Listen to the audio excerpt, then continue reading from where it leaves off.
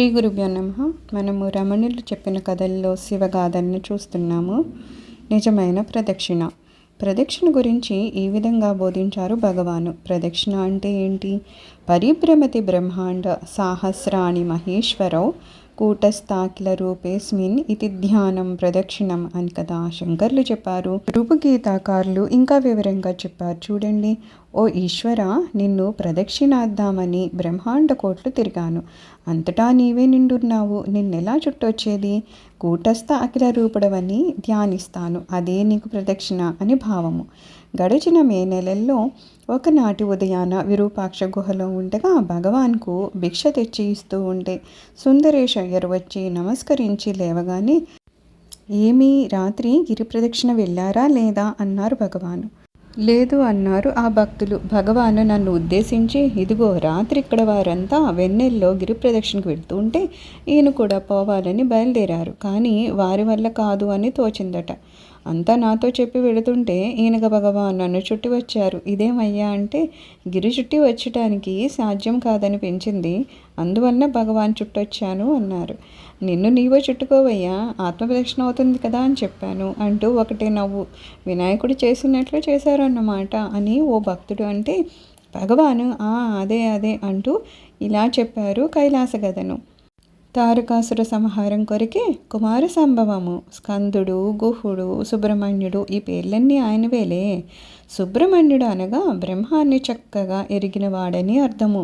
సనత్ కుమారుడే స్కందుడై పార్వతీ పరమేశ్వర్లకు కుమారుడై జన్మించాడని త్రిపుర రహస్యం ఇలా వివరిస్తోంది.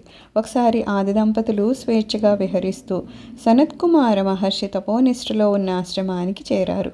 సమాధి నిష్ఠలో ఉన్న కుమారునికి శివుడు అభివాదం చేసి ఒక ప్రక్కగా నిరీక్షించసాగాడు.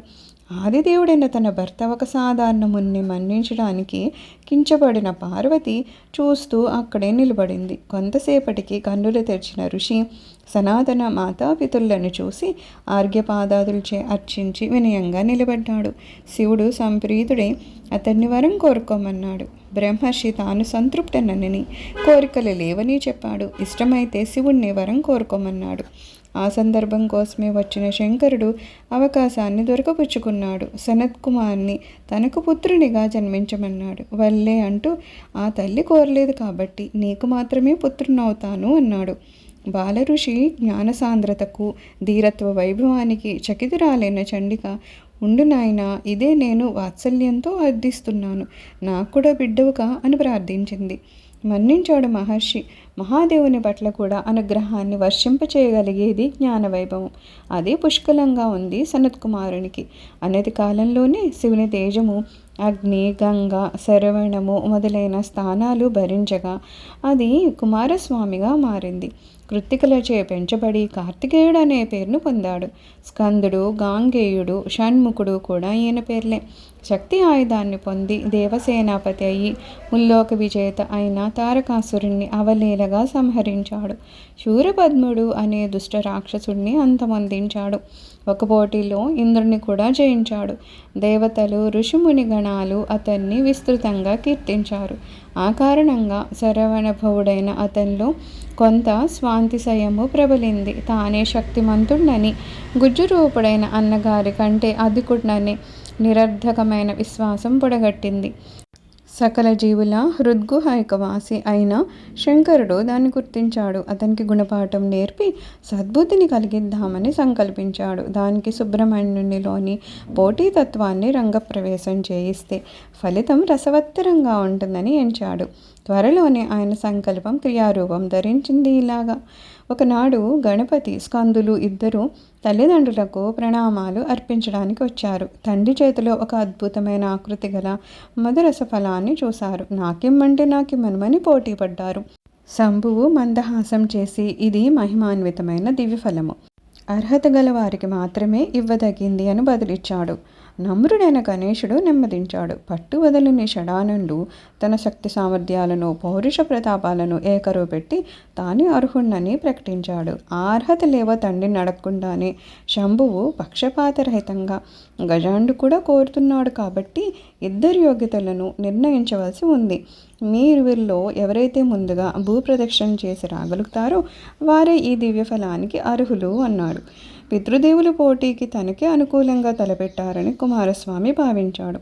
చెంగున మనోవేగ అధిరోహించాడు. అంతరిక్షంలోకి రివ్వున దూసుకొని పోయాడు. తన శక్తి ఆయుధంలాగే సోదరిని ఆ సంబరానికి చతికిలు పడిపోయాడు గజాననుడు. అసలే లంబోదరుడాయే. లేచి ఆకాశగంగలో స్నాతుడై పవిత్ర మనస్కుడైనాడు. హృదయం వికసించింది. తల్లిదండ్రులను సమీపించి, జన్ని జనుకులారా, మీకే అచ్చాపీఠాన్ని నెలకొల్పాను, ఆసీనులు కండి అని వారిని కూర్చోబెట్టి వారిని షోడశోపచార విధులతో పూజించాడు. ఆపసోపాలు పడుతూ లేచి నిమీలిత నేత్రుడై భక్తిభరిత చేతస్కుడై వారిని 7 మార్లు ప్రదక్షిణ చేశాడు. వినయ వినమిత గాత్రుడై చేతులను దొన్నిలా చేసి ప్రాంజలించి వాత్సల్యం రేకెత్తించు స్వరంతో, ఇప్పుడు పండు నాదే, ప్రసాదించండి అన్నాడు. నాయన, భూప్రదక్షిణ చేశావా అని అడిగారు తండ్రి. ఒక్కసారి కాదు పితృదేవా, 7 మార్లు కావించాను అన్నాడు తనయుడు. దానికి ప్రమాణం అని శంకరుడు అడగగా, తాము ఆనతిచ్చిన వేదవాక్యమే వినివింతున పిత్రోశ్చ పూజనం కృత్వా ప్రక్రాంతించాకరోతి యః తస్య వై పృథివీజన్యం ఫలం భవతి నిశ్చితం. పుత్రుడు మాతాపితరులను పూజించి ప్రదక్షిణ చేస్తే భూప్రదక్షిణ చేసిన ఫలం పొందగలుగుతారు, ఇది నిశ్చయము అని వేద ప్రమాణాన్ని ఉదాహరిస్తూ గణేశుడు ఇంకా ఎలా వివరించాడు. భూమిని చుట్టి రమ్మన్నారు. భూమి అనగా కొండ కోనలు, నదీ సముద్రాలతో కలిగి ఉన్న భౌతిక పదార్థం మాత్రమేనా? అటువంటి మట్టి ముద్దను చుట్టి వస్తే ఏం ప్రయోజనము? భూమి అంటే నిజమైన అర్థము సర్వానికి ఆధారమైన భూమా అని. అది సకల జీవరాశికి, దాన్ని శాసించే దేవతా సంఘాలకు, అధిష్టానమైన పుణ్యస్థలాలకు, తీర్థక్షేత్రాలకు, మహాత్ముల నివాసాలకు నిలయము. వాటినన్నింటినీ సేవించి పునీతమగుటయే వాస్తవ భూప్రదక్షిణ. మాతృదేవతయే భూమి, పితృదేవుడే ఆకాశము. మాతాపితరులు సకల దేవతాస్వరూపులు మరియు సకల తీర్థక్షేత్రాలకు నెలవైనవారు. మీరు ఆది దంపతులు, నాకే కాదు ముల్లోకాలకు తల్లిదండ్రులు. ఈ విశ్వమంతా మీ సంకల్పజనితము. మిమ్మల్ని ప్రదక్షిణ చేస్తే ఒక్క భూమినే కాదు, సకల భువనాన్ని ప్రదక్షిణ చేసిన ఫలితం లభిస్తుంది. ఆ విధంగా జన్ని జనుకులారా, నాకొక్క ప్రదక్షిణం కాదు, 7 ప్రదక్షిణలు చేసిన ఫలితం లభించింది, అంగీకరిస్తారా అని ఇలా యుక్తియుక్తంగా ప్రత్యుత్తరమిచ్చిన కుమారుని చూసి జగన్మాత పితరులు పొంగిపోయారు. అతని సద్భావాన్ని సహృదయంతో ఆమోదించి దేవదేవుడు గజవదన్నికి ఫలాన్ని ప్రసాదించాడు. వినాయకుడు గొప్ప సంబరంతో తన సద్బుద్ధి ఫలాన్ని అందుకొని ఏకాంత స్థలంలో కూర్చొని మోదమానసంతో తినసాగాడు. ఇంతలో ఎంతో శ్రమపడి భూప్రదక్షిణ చేసిన షడాను తిరిగొచ్చి తండ్రిని ఫలం ఇమ్మన్నాడు. ఆయన ప్రశాంతంగా ఫలాన్ని భుజిస్తున్న విఘ్నేశ్వరుని చూపిస్తూ జరిగిన వృత్తాంతాన్ని వివరించాడు. పక్వచిత్తుడైన స్కందుడు తండ్రి మాటల్లో దాగి ఉన్న బోధను గుర్తించాడు. నిజమైన అర్హత ఏంటంటే నమ్రత మరియు భగవంతుని యందు శరణాగత బుద్ధి. అటువంటి భక్తిపరాయణత చేతనే జ్ఞానం ఉద్భవించి గురుప్రసాదానికి అర్హత కలుగజేస్తుంది. తానే ఈశ్వరు నుండి జనించినప్పుడు ఇక తన పరాక్రమము తన స్వంతం ఎలా అవుతుంది? నా శక్తి అనేది ఓ భ్రమ, నేను నాది కూడా ఈశ్వరునివే, బ్రహ్మానివే. ఈ సత్యాన్ని తనకంటే ముందుగా స్వయంగా గ్రహించిన గణేశుడే ఫలానికి అర్హుడు. కావున ఆయన నిజంగా నాకు అగ్రజుడు. ఇలా వివేచన చేసి అహంకారవర్జితుడు అగుట చేత బ్రహ్మమును తెలిసిన వారిలో శ్రేష్ఠుడయ్యాడు. సుబ్రహ్మణ్యుడు అయ్యాడు. సుబ్రహ్మణ్యోహం సుబ్రహ్మణ్యోహం సుబ్రహ్మణ్యోహం. సర్వం శ్రీ గురుచరణారవిందార్పణమస్తు. లోకా సమస్తా సుఖినో భవంతు. ఓం శాంతి శాంతి శాంతి.